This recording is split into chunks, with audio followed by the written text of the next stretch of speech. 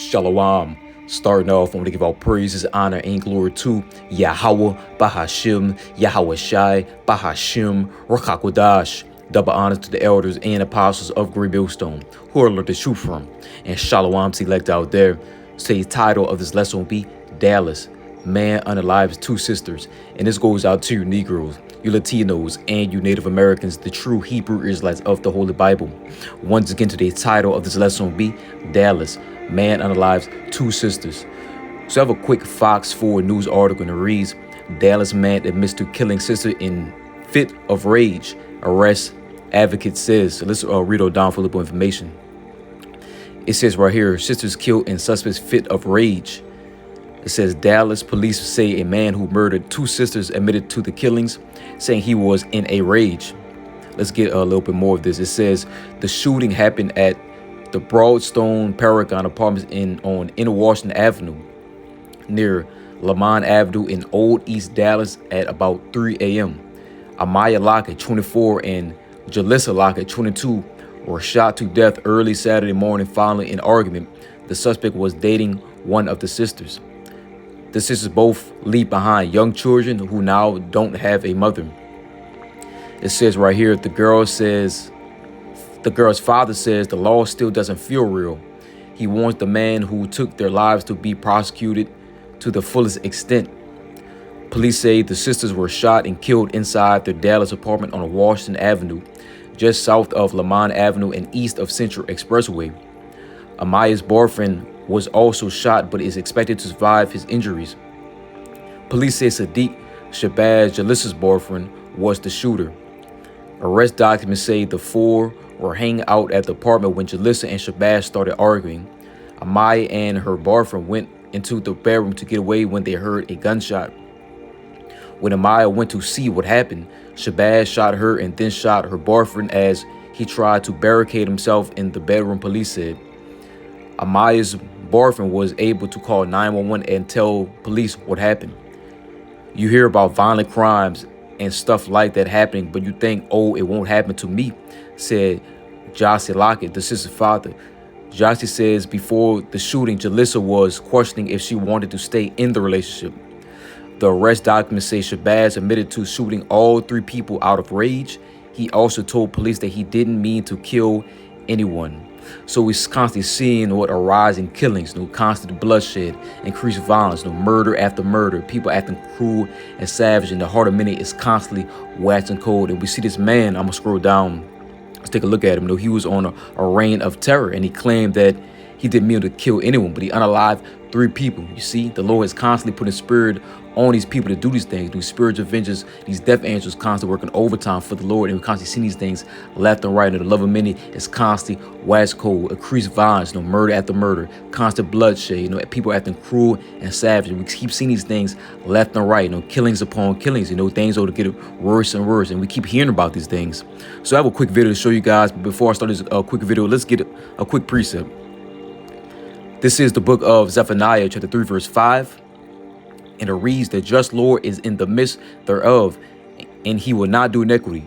Every moment doth he bring his judgment to light. He feareth not, but the unjust knoweth no shame. And who's the unjust? The two-thirds. They see no wrong of their doings. They're constantly doing wickedness and evil. They're not trying to follow the ways of the Lord, even though they see all the judgment the Lord has put upon his people. The Lord is killing people left and right, unaliving people left and right. Every moment the Lord is putting judgment upon people, and we see these things, so that should put fear in us. But the two-thirds, they don't fear the Lord, and they're not seeking the Lord. But we do know that if you're not fearing the Lord, if you're not seeking the Lord, you will be destroyed and you will perish in these days to come. Let's read this again one time. This is the book of Zephaniah, chapter 3, verse 5.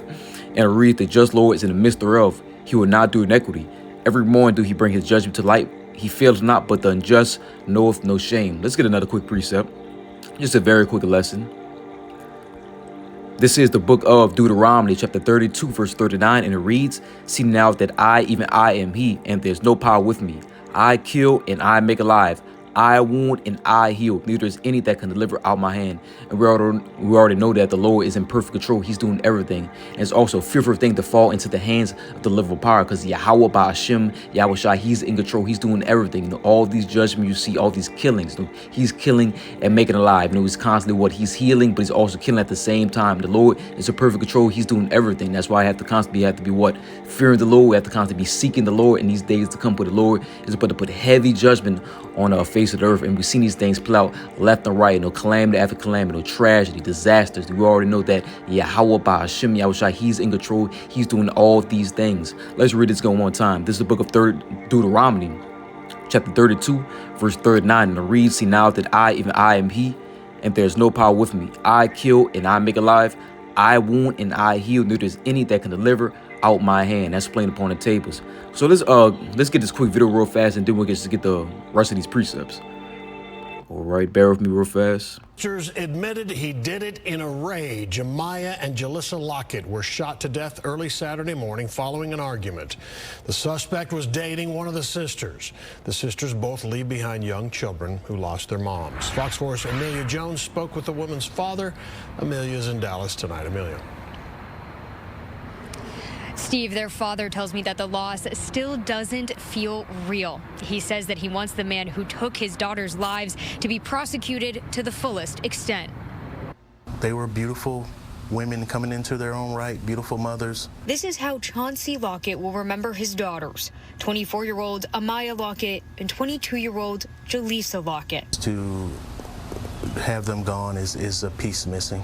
Dallas police say the sisters were shot and killed inside their apartment on Washington Avenue, just south of Lemon Avenue, east of Central Expressway. Amaya's boyfriend was also shot, but is expected to survive his injuries. Police say Sadiq Shabazz, Jalissa's boyfriend, was the shooter. It was just shocking, surprising. Arrest documents say the four were hanging out at the apartment when Jalissa and Shabazz started arguing. Amaya and her boyfriend went into the bedroom to get away when they heard a gunshot. When Amaya went to see what happened, Shabazz shot her and then shot her boyfriend as he tried to barricade himself in the bedroom. He was still able to call 911 and tell police what happened. Like I said, disbelief, you hear about violent crimes and stuff like that happening, but you're always thinking, oh, it wouldn't happen to me. Lockett says before the shooting, Jalissa was questioning if she wanted to stay in the relationship.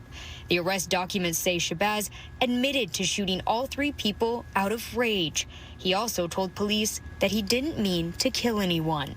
It's crazy to say that, it was unintentional. There's nothing unintentional about killing two people and trying to kill a third person. Lockett says Jalissa's 2-year-old daughter was inside the apartment when the shooting happened. She wasn't hurt and is with family. Amaya's son was with his dad that night. I'm going to make sure the kids remember exactly who they were, exactly how outgoing Jalissa was, how smart Amaya was. And how they were doing their best. Just getting used to not seeing them every day. That's going to be the hardest part. Shabazz is currently being held here at the Dallas County Jail. He's charged with capital murder of multiple persons. His bond is set at $3 million. All right, so as we see right there, man, his father, he was speaking out, and he says he can't believe this is real, but we know the Lord is constantly doing these things left and right. Whoever perished being innocent. We don't know what type of women these were. We don't know what type of women these young women was behind closed doors. You don't know what they were doing, because the Lord sees everything. He's constantly put judgment on people left and right. He's constantly revealing the wicked. He's constantly seeing all the evil things people are doing. So we don't know what type of people these women were behind closed doors, but we do know that Yahweh by Hashem, Yahweh Shai, he's in perfect control. He's doing these things constantly. And we constantly have to be fearing the Lord. We have to be seeking the Lord, man, because he's taking things up a notch each and every day. Unaliving people left and right. So let's read this. This is the book of Hosea, chapter 4, verse 2, and at the KJV, but also had the NLT. Let's read the KJV first. It says, by swearing and killing, by swearing and lying and killing and stealing and committing adultery, They break out in blood, touch with blood, and this is what we constantly seeing right now. Increased violence, the murder after murder. There's constant bloodshed, people acting cruel, acting savage. The heart of many is constantly waxing cold, and we seeing these things increase, seeing these things pick up each and every day. Each day, days go by, things get worse and worse. How much more in the times of Jacob's trouble? How much more in the times where you can't call 911, you can't call police for help? All hell is going to be breaking loose. Violence and murder is going to be at an all-time high, and we've seen what route the Lord is pushing things into. Let's get the NLT real quick. It says, you make vows and break them. You kill and steal and commit adultery. There's violence everywhere, and one murder after another. Let's read that again. It says, you make vows and break them. You kill and steal and commit adultery. There's violence everywhere, one murder after another. And that's playing upon the table. That's what we're seeing right now, murder after murder. Things are constantly picking up. Love of many is constantly waxing cold. We're seeing a lot of deadly casualties happen. People that having simple conversations is turned deadly. We're seeing murder after murder. Each and every day we're seeing these things get worse and worse. So let's read. This is the book of Ecclesiastes, chapter 39, also known as the book of Sirach, chapter 39, verse 28. And it reads, there be spirits that are created for vengeance, which in their fury lay on sword strokes. In the time of destruction, they pour out their force and appease the wrath of him that made them. And this was constantly seeing when I was constantly seeing the death toll is constantly rising. These death angels, these spirits of vengeance are working overtime for the Lord, doing the Lord's bidding, appeasing the Lord. And the word appease means to satisfy. And we constantly see these things left and right. Death toll is constantly rising. And we see these spirits of vengeance, they're mowing people down, getting people out of it, doing what they got to do for the Lord, working overtime, doing the Lord's bidding, getting people out of here. And this we constantly seeing these spirits creative vengeance, constantly mowing people down, constantly working overtime for the Lord. Let's read this again. This is the book of Sirach, chapter 39, verse 28, and it reads, there be spirits that are created for vengeance, which in their fury lay on sword strokes. In the time of destruction, they pour out their force and appease the wrath of him that made them. Let's keep on moving. This is the book of 1 Peter, chapter 4, verse 17. This will be my last precept. And it reads, for the time is come that judgment must begin at the house of the Most High. And if it first begin at us, what shall the end of them that obey not the gospel of the Most High? Let's read this one more time. It says, for the time is come that judgment must begin at the house of the Most High, you so-called Negroes, you Latinos, and you Native Americans. It says, and if it first begin at us, what shall the end be of them that obey not the gospel of the Most High? If we know that's death, if you're not seeking the Lord, if you're not fearing the Lord, if you're not trying to walk in the ways of Yahweh by Shema Shah, you will be totally destroyed. You will be unalive in these days to come. We shouldn't be in the house of murder. We shouldn't be scoffing and mocking. We should be constantly taking heed, constantly praying to the Lord, asking to have mercy upon us, because we already know we're in a time of judgment.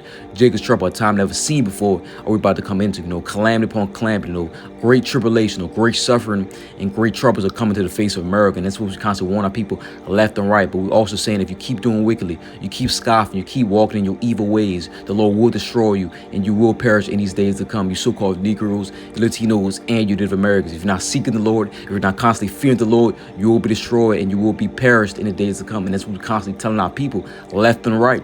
So let's read this one more time. This is the book of 1 Peter, chapter 4, and it's verse 17, and it reads, for the time is come that judgment must begin at the house of the Most High, you so-called Negroes, Latinos, and you Native Americans. And if it first begin at us, what shall the end of them that obey not the gospel of the Most High? So I hope this lesson will edify to this time I say, Shalom.